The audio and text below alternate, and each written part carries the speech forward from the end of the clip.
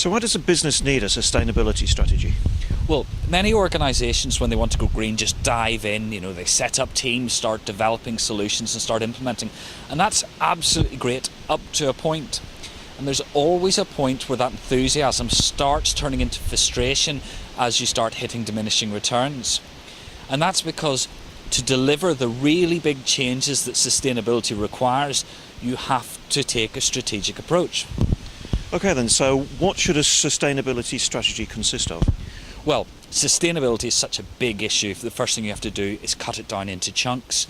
So you can cut it down into chunks like climate change and waste, or company activities like product development and stakeholder engagement, or you can do a mixture of both.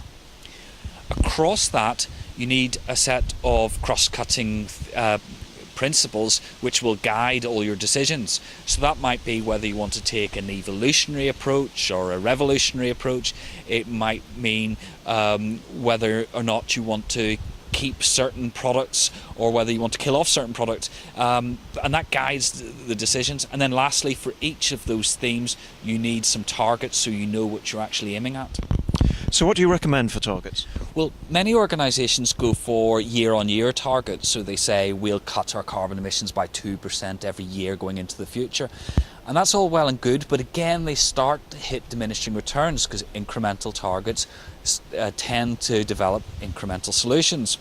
I recommend stretch targets, because if you say we're going to cut our emissions by 50% by 2020, then that puts you in a whole new mindset where you start thinking outside the box and start thinking about really big solutions that you will need.